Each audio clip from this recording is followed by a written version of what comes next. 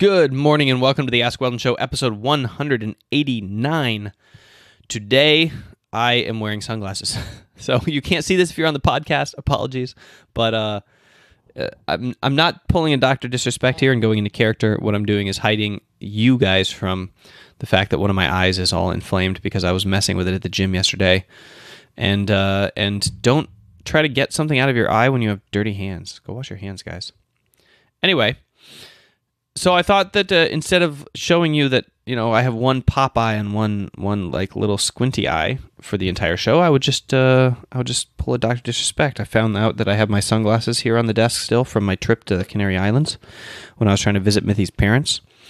I'm lying. I was going there with my wife, and I just grabbed one. So here we go. Today is Life Decision episode, and for those of you who are new to the show, this is the show where I am a sports psychology trainer and you guys ask me questions. You send in the question to anchor.fm/WeldonGreen, and there's a little call-in button there.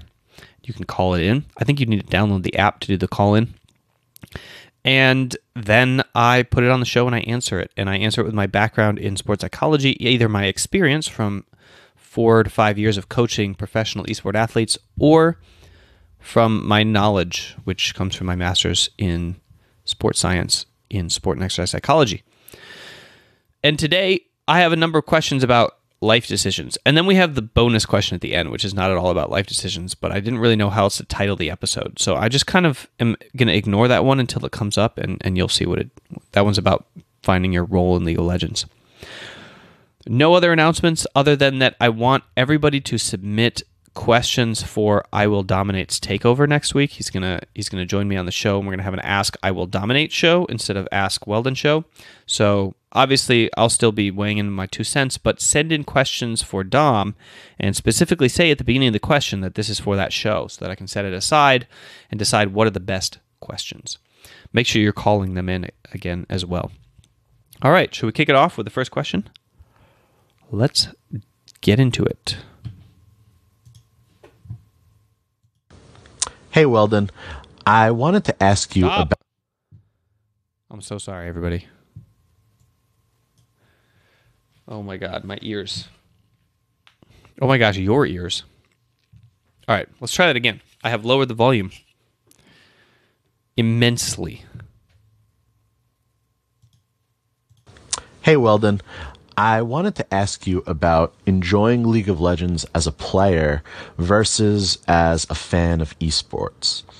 Over the years, my enjoyment for playing League of Legends has gradually diminished. Yep. When I started playing, it was an 8 or a 9 out of 10, I would say. Then for a few years, it was a 6 or a 7. But as of the past year, I feel like it's down to a 4 or 5. Oof. And it's at a point where I feel like it might not be worth the time investment compared to other games or other things that I enjoy more and get more fulfillment from. However, the problem is I still absolutely love watching professional League of Legends. That's still an 8 or 9 or even a 10 for me. And I'm concerned that if I detach myself from the game as a player, that this would have an unwanted side effect of losing a lot of the enjoyment I have from watching pro play. All right, John. First of all, thank you so much for having such a gorgeous voice, and for the question also, but mostly for having such a gorgeous voice. It was nice to listen to once I'd got the volume thing under control. And I can answer this question from personal experience, mostly because I stopped playing when I started coaching, and that was around 2014, November. And since then, I was in Diamond, and I was like, if I wanted to be a serious analytic coach, I would have had to keep pushing myself, try to climb to master's tier. And I made the decision that I wanted to focus on sports psychology and on all esports and not just League of Legends and not just coaching League of Legends. So I dropped playing the game and I only analyzed the game from a perspective. And then I watched esports. And I have found that my appreciation for professional League of Legends esports has only dropped slightly.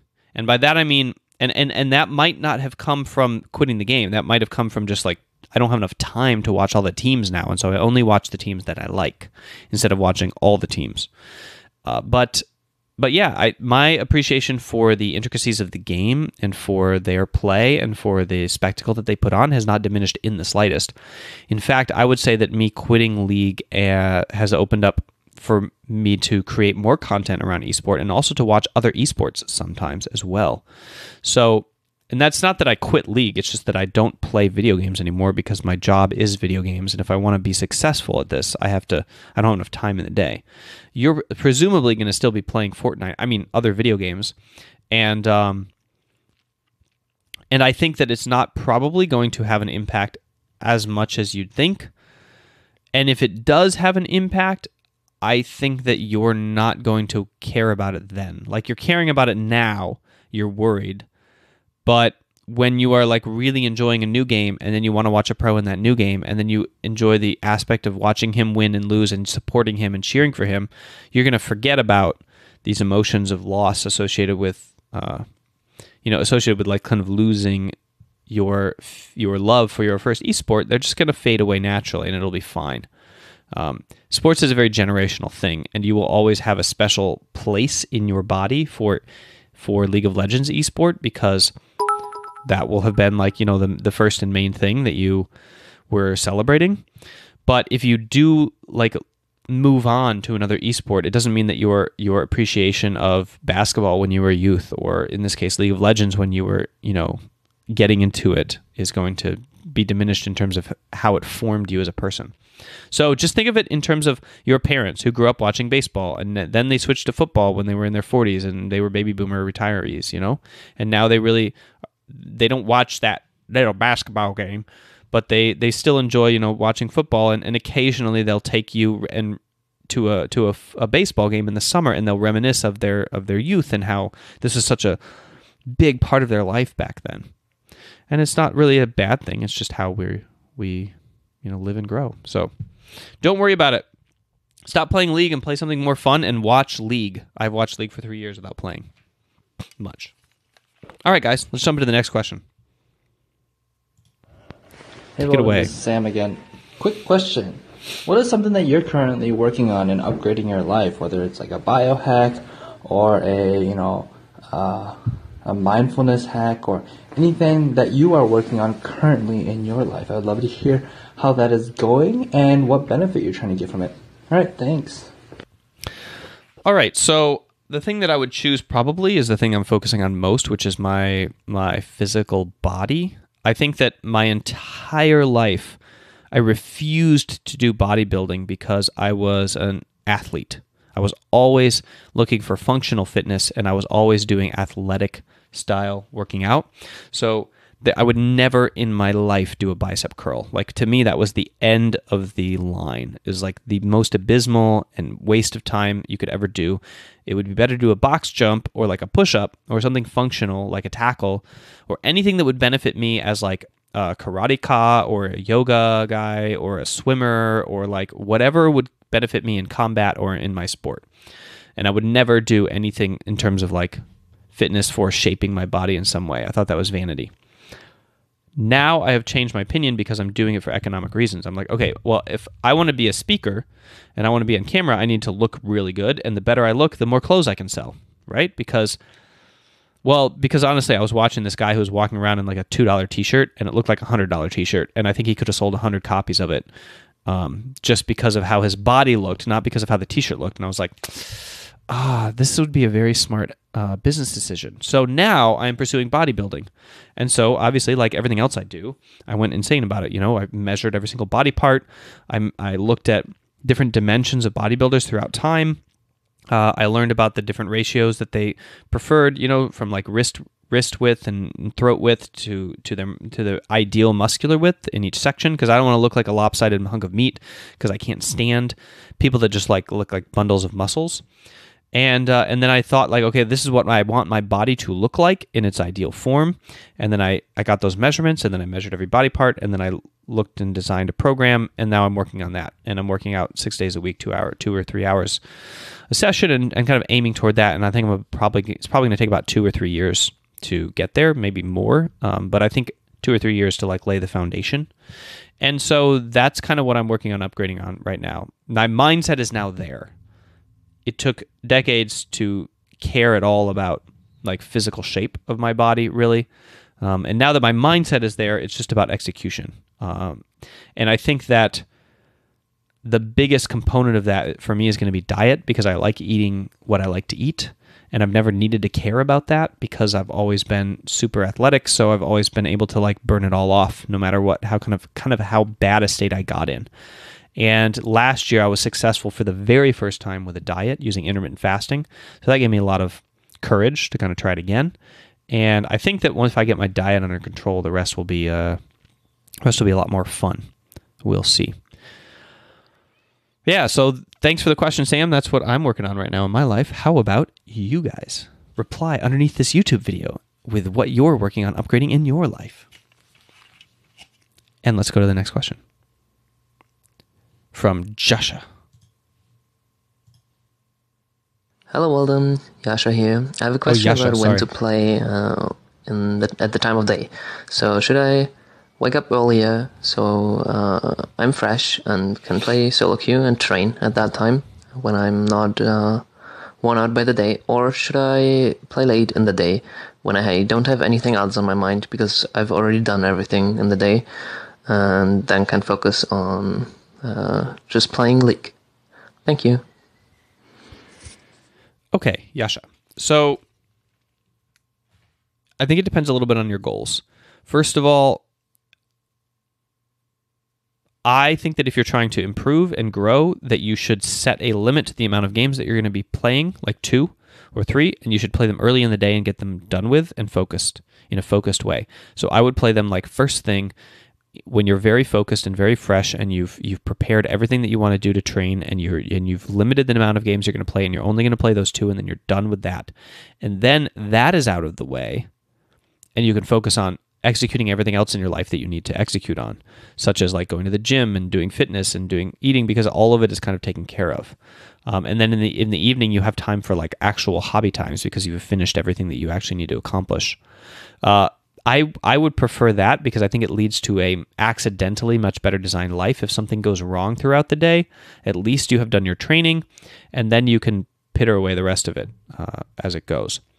The problem is that because video games are not like sport training in that you can just kind of like step away from it, it's more addictive. And so there will be problems where you might end up playing all day, or you might be playing more games, or you might end up obsessing about it all day. So you have to be very good at like finishing that and being done mentally and moving on to the next thing and not thinking about your games all day long because it's not really that relevant. It doesn't help you learn to cogitate and worry about it and stress about it as much as it does to prepare right before you're going to play to not make the same mistake again. So you don't really want or need those thoughts distracting you throughout the day until like the next morning when you have your goals set out there and you're looking at getting into the game. So yeah, so then there is an argument, well, should I play late in the day when everything is off my plate and I can just play without a deadline? And the answer is usually that's a fine way to do escapism, but when you don't have a deadline, you lose the importance of the match itself and your brain forgives more mistakes. So when you don't have a deadline, in actuality, you wither away or whittle away time and leak it out like here and there, a minute here, a minute there, a mistake here where you just don't care because you're like, it's okay, I'll fix it later. It's okay, I'll do it next game. It's okay, I have 3 more hours. It's okay. Like, you just don't worry about it. So deadlines are very good for learning and for motivation and for like pressuring you to do things correctly. And that is why you should only train late in the day if you don't care really that much about improvement, like the speed of your improvement, or if you're just trying to do escapism as well, like if you're trying to play also just for fun and not just for growth. Now, you can create a deadline for yourself later in the day. Like I did all of my climbing from silver to diamond in the end of the day, like after the kids went to bed. But I had a limit. I only allowed myself to play 2 games, period, no matter what, on any day. Because I refused to be a weekend warrior that like played 7 hours a day on Saturday and never at all during the rest of the week. But I couldn't play very much during the rest of the week. So my compromise was I will give myself 2 games a day of highly focused, highly goal-driven, highly like oriented toward improvement gameplay and I will not spam games on Saturday and Sunday. Like I'll stick to the system, so that I'm not a weekend warrior, because I wanted to have something to prove, right? I wanted to like have disrespect for somebody so that I was motivated to like achieve something.